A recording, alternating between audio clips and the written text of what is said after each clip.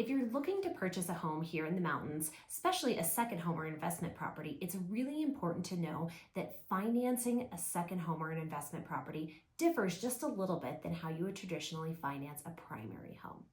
When you're looking at a second home or investment property, most of the time you're going to need a slightly larger down payment. You may be able to get a down payment in the 10% range, but really here in the mountains, it's very common that the lenders are going to ask you for 25% down. If you're trying to do this as an investment property, you may even need 30% down.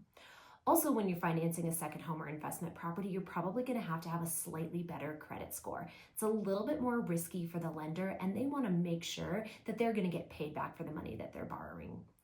Interest rates for second homes can also be just a touch higher as well too.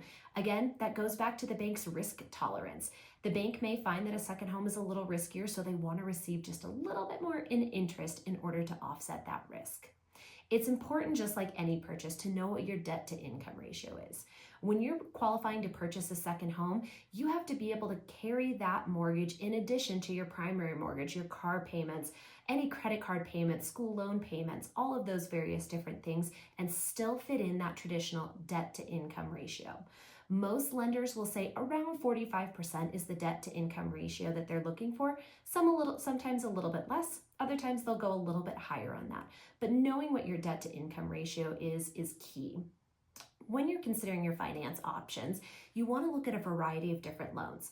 Conventional loans are the traditional ones that everybody thinks about, and that's pretty commonly used up here. However, we also do a lot of portfolio loans. Portfolio loans can become really important, especially when we're talking about condos, because condos in a resort area may not fit the standard lending requirements that we find for a primary single-family residence.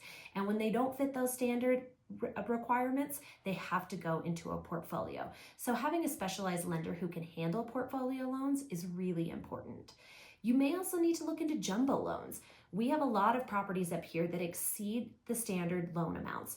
In Summit County, the standard loan amounts do adjust yearly, and right now in 2025, that's $1,006, but any loan amount over that is going to have to go towards a jumbo loan. So you need to be prepared for that potentially, depending on the price point that you're looking at.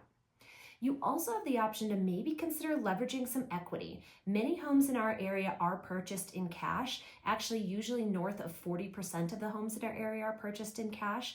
So a lot of times people will look at equity either from other real estate investments that they own, and many people will even look at equity in their investment portfolios. That's a new thing that's come out recently, where people are borrowing against some of the assets they have in the stock market with their stockbrokers, and that's been a really great way to look at potentially purchasing a home here too.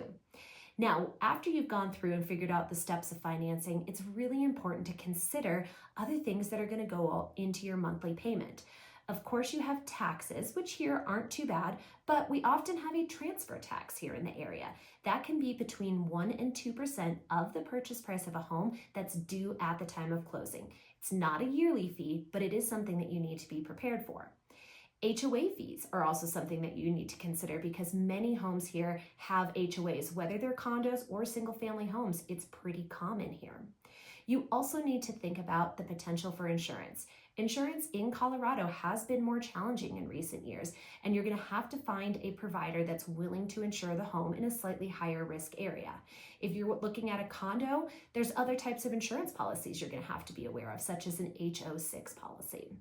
So when it comes to financing a home here in the mountains, it's really important to think about the down payment requirements, the debt to income ratio, considering all of your various different finance options, factoring in your taxes, HOA fees, insurance, and then also trusting and working with a local professional. A local professional is going to make all the difference in your journey. So contact us if you'd like to find out some great local professionals in the area.